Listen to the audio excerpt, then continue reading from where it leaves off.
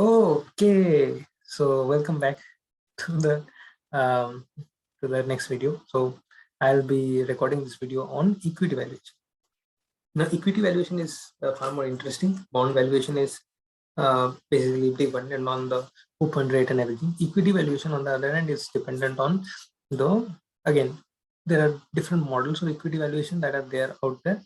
For the purpose of this course, we covered only dividend discounting model. So essentially, again, in any asset that you want, how do you value that asset? So the first thing that you do is take the present value of the future cash flow. That's the most important thing to remember in any kind of model that you use. You use the present value of the future cash flow. Now, in case of equity shareholder, what is the return that, or what is the cash flow that a equity shareholder gets? So let's say you buy equity share today, you can either sell it tomorrow or day after tomorrow and get a capital gain, or you hold that share and you get dividend from that share.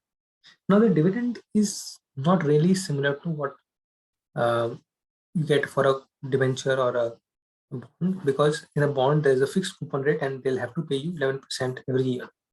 But in case of equity, what happens is that they pay you dividend at a rate, and that rate is decided at the AGM, and it's decided by the shareholders and the management and everyone, and it depends on the performance of the company, performance of the industry, what the company's outlook in the future is. So there are companies that don't pay dividend.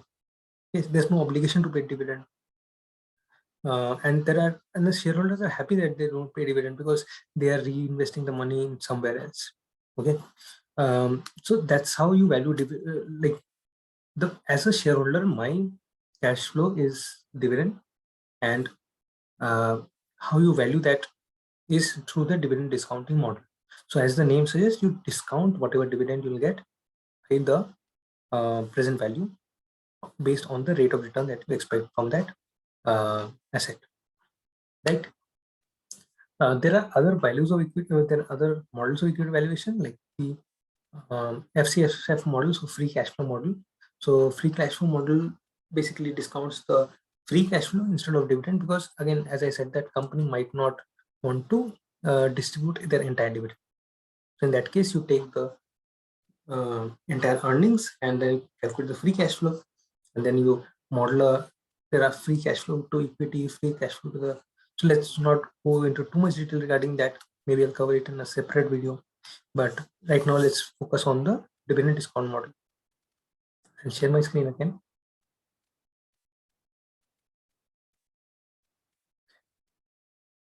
So again, dividend discount model, one thing that you need to remember is this formula. P0 equal to, so I'll annotate over here, I'll write it down. Right?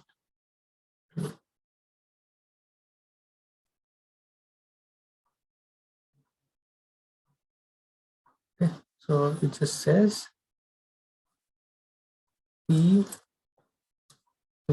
equal to D by R minus G. This is, so there are multiple formulas that you can use. Let me see if my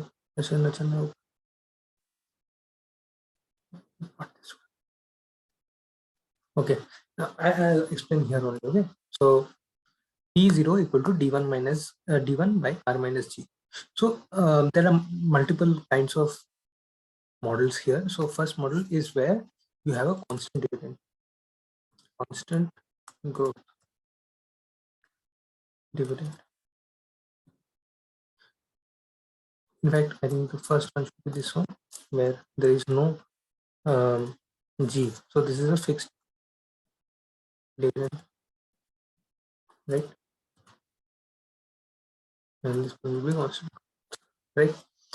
So if there is a fixed dividend, so let's say that the company will pay a dividend of 10 rupees every year till perpetuity. So in that case, you use this formula P0 equal to D1 by R. So you know the R based on your required rate of return, and the D1 is the dividend that is going to pay next year. So one of the most important things that you need to remember in case of the dividend discounting model is D1 is always the dividend that they want to pay next year. Okay. D0 is the dividend that they have paid this year. D1 is the dividend that they're going to pay next year. Okay. So always remember to find out D1, because in the questions, some questions like this one over here, question number 8, they have written D0 equal to 2. Some questions they might not say that. So you can see that here it says the dividend of 2 rupees last year. So from the language of the question, you have to understand, okay, this is a dividend that they paid last year. So this year, the next year they'll pay whatever growth rate there is. So you have to find out the dividend accordingly. In case of fixed dividend, it does not matter, because if it paid like 2 rupees this year, next year also will pay 2 rupees because there's no growth, right? Constant growth dividend is where the dividend keeps growing at a certain rate. So let's say the dividend keeps growing at the rate of 5% every year, and your required return is 15%. So your D1 would be the dividend that you get next year divided by 15% minus 5%. Okay. Okay. Next, again, I hope this is clear. After that, what should I cover? One second. D0. Okay, so another thing would be like most questions in this chapter would be covering, asking you that, okay, what is the value of the price, or what is the value of the share, or what is the intrinsic value of the share, or what is the price of the share. In that case, you use P0 equal to D1 by R minus G. However, there could be some questions where they ask you what is the required rate of return for the investor, or what is the growth rate. They'll give you the price and they'll say that what is the growth rate. So just have to put the P0, put the price on P0, and then extrapolate it, find out whatever the growth rate is or the required rate of return is. So one of the variables would be missing. Right. Yeah. So next question that they might ask is based on two-stage dividend discount model. So I'll go here. So instead of just growing at a rate of 10% every year, the question could be like this, where it's going to pay a dividend of 20 rupees next year, and there is a 10% growth up to year 5, and then after year 5 till perpetuity, it will grow by only 2%. So basically what you have to do is, let's say there is a timeline like this. Let's put a downward. So this is a timeline, and the end of the first year, second year, third year, fourth year, fifth year, sixth year, seventh year, and so on. So in the end of the first year, you would get a dividend of 20 rupees. In the end of the second year, you will get a dividend of 20 into 10%. So 1. And so on till the fifth year, right? And at the end of the fifth year, then in the sixth year onwards, you'll only get a growth rate of 2%. Okay. So let me just convert this. Okay. So in the first year, you're getting 20 rupees, second year, you're getting 22, and so on. Now, after this period, so in perpetuity, so let me just highlight this here. See, so till perpetuity, this is growing. And for the first 5 years, it's growing at 10%. So what you do is bring everything. So first step would be to bring everything from here to here till on the fifth year. Okay. So what you do is use that formula of P0. So instead of, so let me write the formula. P0 equal to D1 by R minus G, right? Instead of P0, now I'm calculating P5. So P5 equal to D6, because I'm calculating the, and it's fixed from 6th year to infinity. So D6 by R minus G.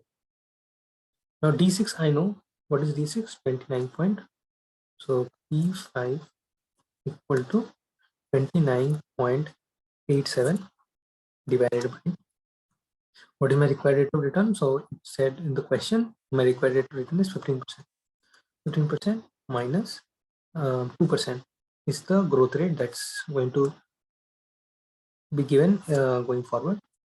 So if I calculate this equal to 29.87 divided by 13%. That will give me a value of 229.77. So now 229.77 is P5, which is here. Now this is 229.77. Now you have the values till the 5th year, and then again you use the time value of money concept and you bring everything to the 1st year, I mean 0th year, and you value everything today. So how you do that? Basically use the present value factor, and so present value factor would be, let's say I'll delete this one here. Present value factor at 15% would be 1.15. 1 divided by 1.15 to the power this, and then these are the present value factors. Okay. Now you take the equal to this multiplied. I'm just showing this just to explain. So what I did was I took the sum of, so 20 rupees into this is 17, then 22 into 7.75 is 16, 15.91, and so on. You add all of this up and you get the price. So you can see the entire sum of this is equal to sum is 193.95. So I hope visually you can understand how the entire cash flow is brought to pure zero using the present value factor. Okay. Now what you have to do here is, this could be 2-stage, 3-stage, and so on. So what I've done is I've taken the dividend 20, 22, 24, 25, 26, 29, whatever. And the last year what I've done is I've increased that. So what I did over here was, it was like 29.28 multiplied by 1.02. So that's what I've done here, 29.28 multiplied by 1.02 divided by your required return minus growth rate. So 15 minus. So that gives me this 229.77. Okay. So it's a rounding off error, don't worry, not a big deal. And if you kind of add everything up, you'll see that, like, you have to do the present value, you can find out that will be similar to this. Okay. So that's the 2-stage dividend discount model. 2-stage, why? Because you're converting it in 2 stages. Firstly is the first growth stage and then the second growth stage. So that's why it's called a 2-stage dividend discounting model. Okay. There are additional questions that I did here, so, but I think this is comprehensive enough to kind of give you an idea. If you want to try a 2-stage question, try question number 13, which is here. I'll also attach all the links in the description so that you can refer to the question and also this sheet. Yeah, so that's an important question 13, right? And you can refer to that question solving video that I posted yesterday, and I think that should be good to go. Best of luck for the quiz tomorrow. I think it will be an Excel sheet with multiple questions, and you'll have to solve each question and upload them to the Google form. So that's it. This is a simple topic, but it's again very important for your midterm and quiz and end term. So that's why I'm making this video, because by the time midterm and end term comes, most people would have forgotten what was covered in class. Again, best of luck. Stay live, stay live, and yeah, times are tough, but please manage at your convenience.